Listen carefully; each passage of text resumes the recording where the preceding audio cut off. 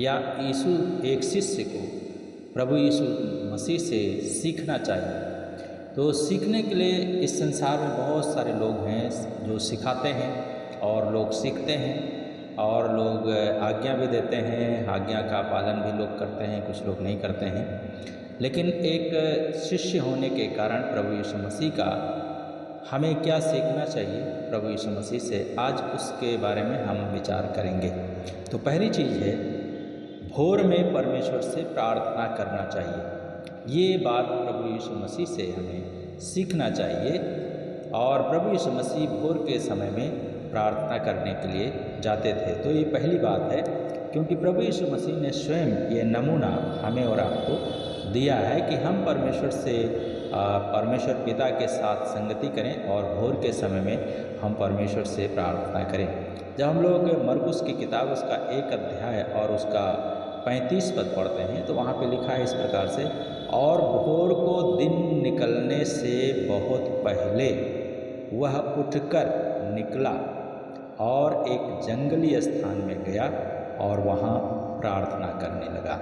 तो ये बात हमें अपने प्रभु यीशु मसीह से सीखना है। क्यों? क्योंकि हम प्रभु यीशु मसीह के जब शिष्य बन गए हैं, उसके अनुयायी बन गए हैं, उसका अनुसरण करने वाले बन गए, तो हमें इस बात को सीखना है।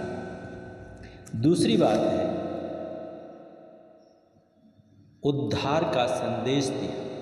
हमें दूसरी बात, एक शिष्य को ये सीखना है कि वो उद्धार का संदेश दे। प्रभु यीशु मसीह ने मानव के उद्धार के लिए संदेश दिया। क्या दिया संदेश? मन फिराओ क्योंकि स्वर्ग का राज निकट है। तो हमें और आपको भी मन फिराओ का संदेश लोगों को देना चाहिए। प्रभु यीशु मसीह ने मरकुस 1:35 में कहा, समय पूरा हुआ है, परमेश्वर का राज्य निकट आ गया है, मन फिराओ और सुसमाचार पर विश्वास करो। सुसमाचार कहने का मतलब क्या है? सुसमाचार ही प्रभु यीशु मसीह है। और प्रभु यीशु मसीह के ऊपर हमें क्या करना है? अपना विश्वास रखना है। प्रभु यीशु मसीह के बारे में जब हम गवाही देते हैं, कोई भी काम हमारे जीवन में प्रभु यीशु मसीह ने किया है, यदि हम उसकी गवाही दे रहे हैं तो हम क्या कर रहे हैं? सुसमाचार यीशु मसीह का दूसरों तक पहुंचा रहे हैं। तो हमें अपनी गवाही देना है और अपनी गवाही में ये संदेश देना है, मन फिराओ क्योंकि स्वर्ग का राज निकट आ गया है। और दूसरा, विश्वास करो और प्रभु यीशु मसीह पर। तीसरा है, प्रभु यीशु मसीह ने शिष्य बनाया। प्रभु यीशु मसीह ने क्या किया? शिष्य बनाया। हम और आप भी जब यीशु मसीह का शिष्य बन गया, भक्त बन गया, तो हमें और आपको भी यीशु मसीह के वचन के अनुसार हमें शिष्य बनाना है दूसरों को, ताकि दूसरे लोग भी यीशु के ऊपर विश्वास कर सकें। तो प्रभु यीशु मसीह ने शिष्य बनाया है। अब हमें भी चाहिए कि हम पहले शिष्य बने और फिर हम दूसरों को शिष्य बनाएं। कई बार हम शिष्य खुद नहीं बनते हैं और हम शिष्य बनाना लोगों को शुरू कर देते हैं। तो प्रभु यीशु मसीह का वचन है कि सबसे पहले हम शिष्य बने, और जब हम बाइबल पढ़ते हैं, परमेश्वर के वचन पर विश्वास करते हैं, तो हम शिष्य बनने के बाद में तब हम दूसरों को शिष्य बना सकते हैं। और केवल शिष्य नहीं बनाना है, लेकिन उनको क्या करना है? शिक्षा भी देना है, प्रशिक्षित भी करना है। किस बात में?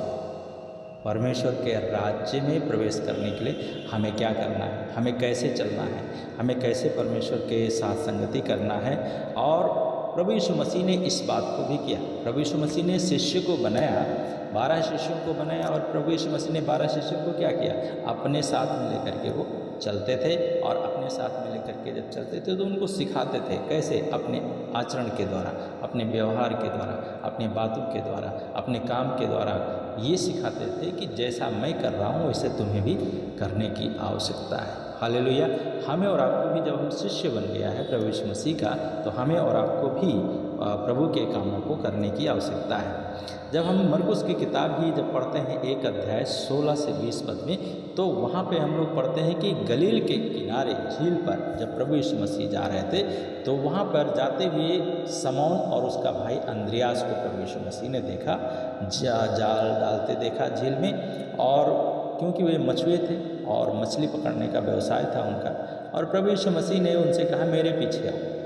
और प्रभु यीशु मसीह ने कहा कि मैं तुमको मनुष्यों के मछुए बनाऊंगा। अर्थात प्रभु यीशु मसीह एक मछली पकड़ने वाले का जो व्यवसाय है, उसका व्यवसाय के अनुसार उससे बात कर रहे हैं। और प्रभु यीशु मसीह कह रहे हैं मेरे पीछे आ जाओ, अभी तक तुम मछली पकड़ रहे हो, मैं तुम्हें मनुष्यों के मछुए बनाऊंगा, अर्थात मनुष्यों को पकड़ने वाले बनाऊंगा।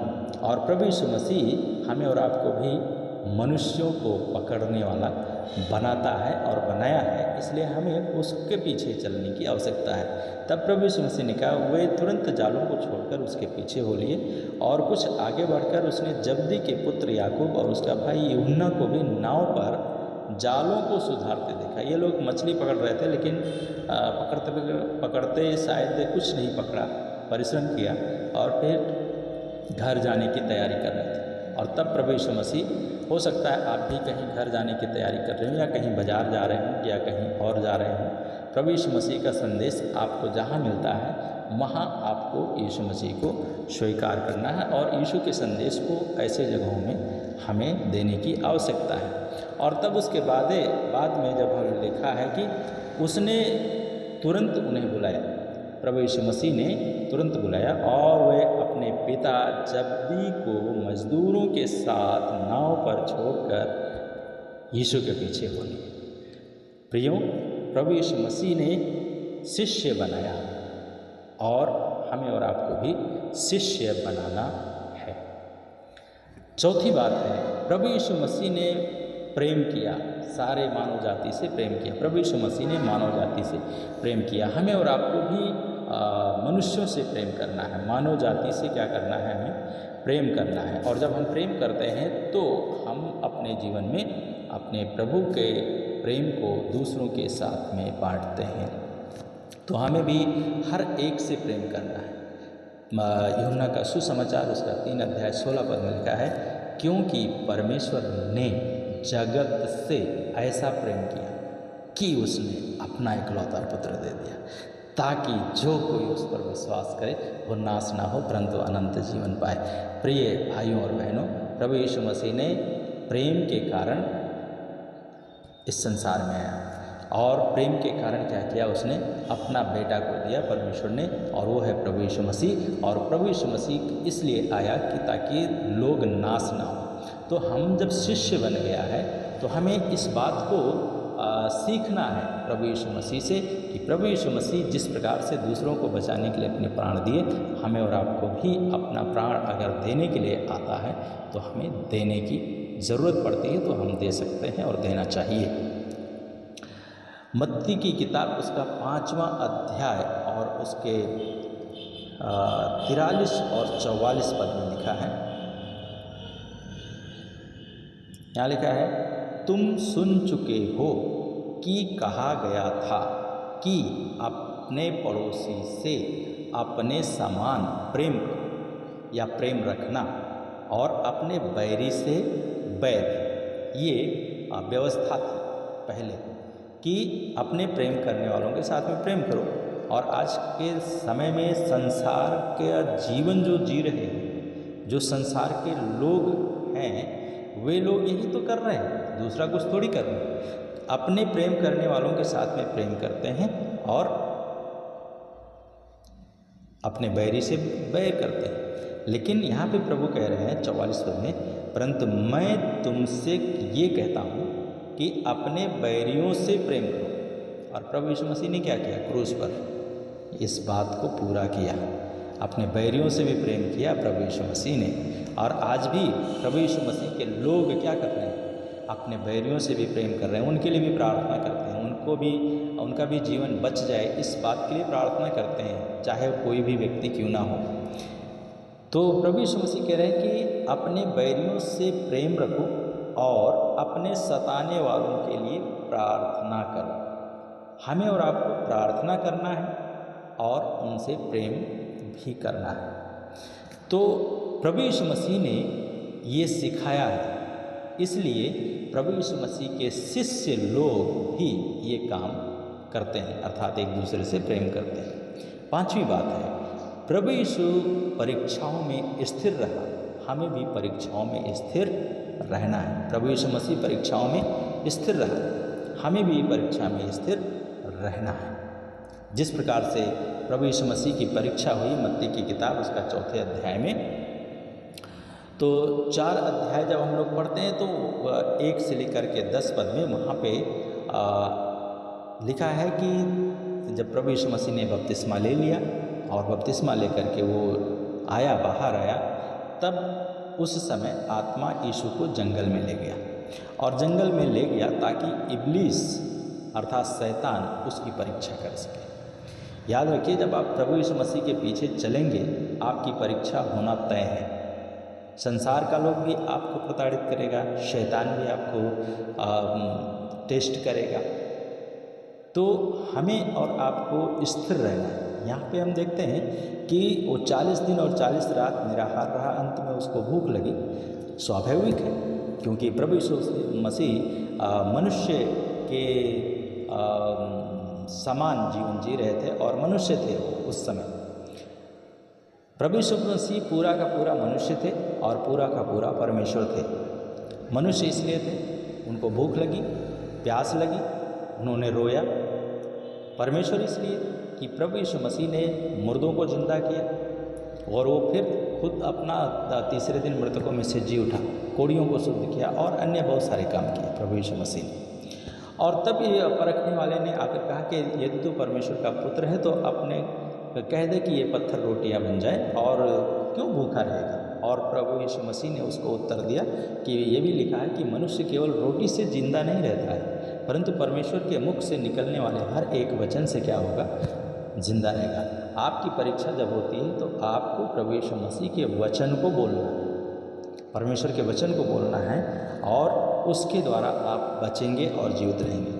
तब उसके बाद में दूसरी परीक्षा उसने किया। 5वें पद में लिखा है, तब इब्लीस उसे पवित्र नगर में ले गया और मंदिर के कंगूरे पर खड़ा करके कहा, क्या कहा, यदि तू परमेश्वर का पुत्र है। अब यहाँ पे संदेह उत्पन्न करवा रहा है।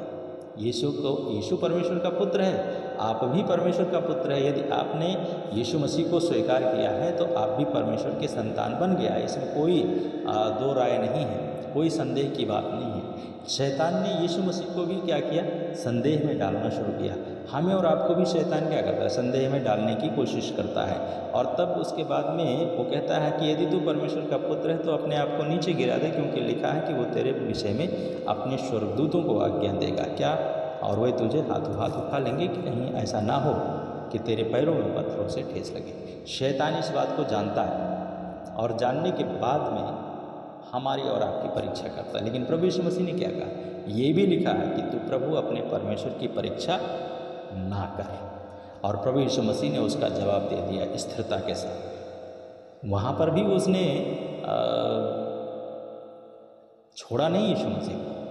यीशु मसीह से आगे वो कहता है, एक शैतान उसको एक ऊंचे पहाड़ पर ले गया और सारे जगत का राज्य दिखाया, वैभव दिखाया, धन संपत्ति दिखाया, सब कुछ दिखा करके कहता है, अगर तू एक बार गिर कर मुझे दंडवत कर ले तो मैं ये सब कुछ तुझे दे दूंगा।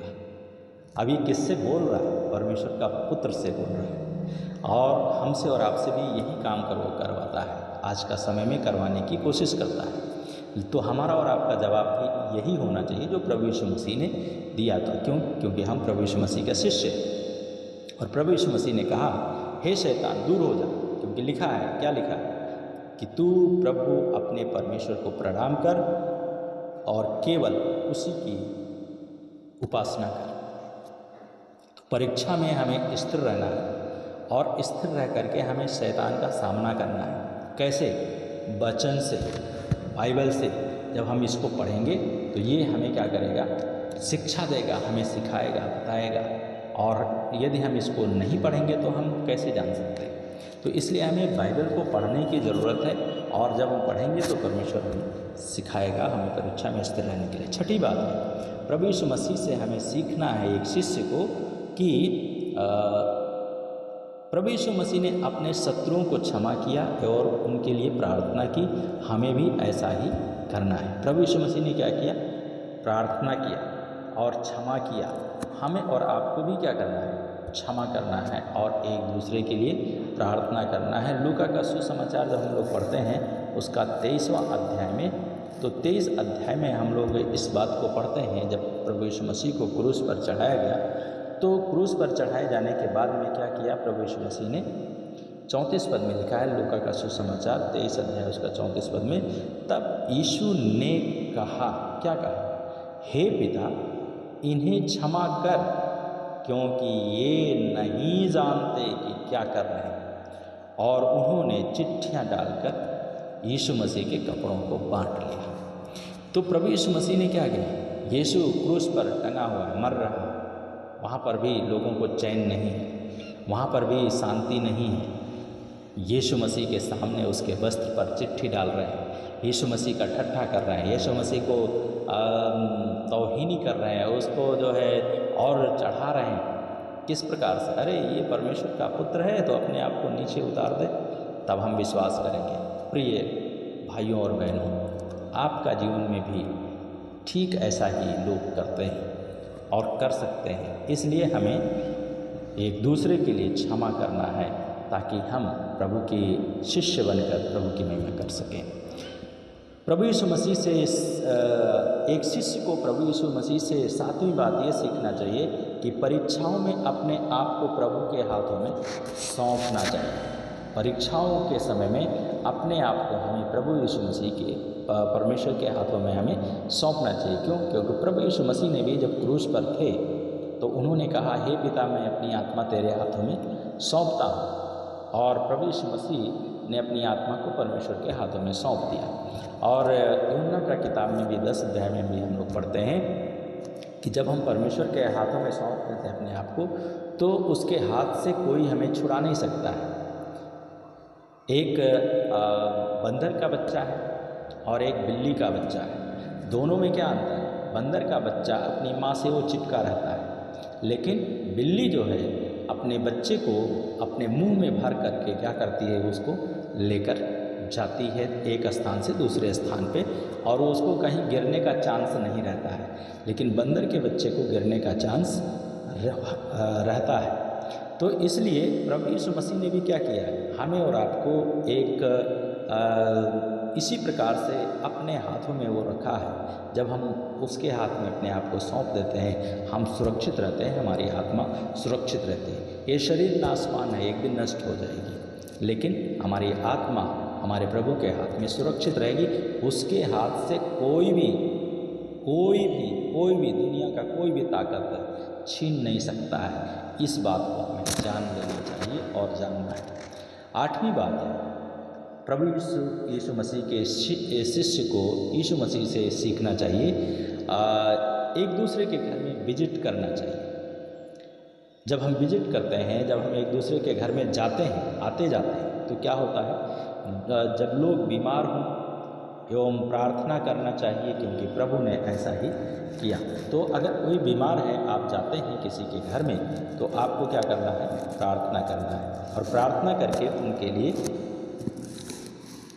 एक सांत्वना का कारण बनना है।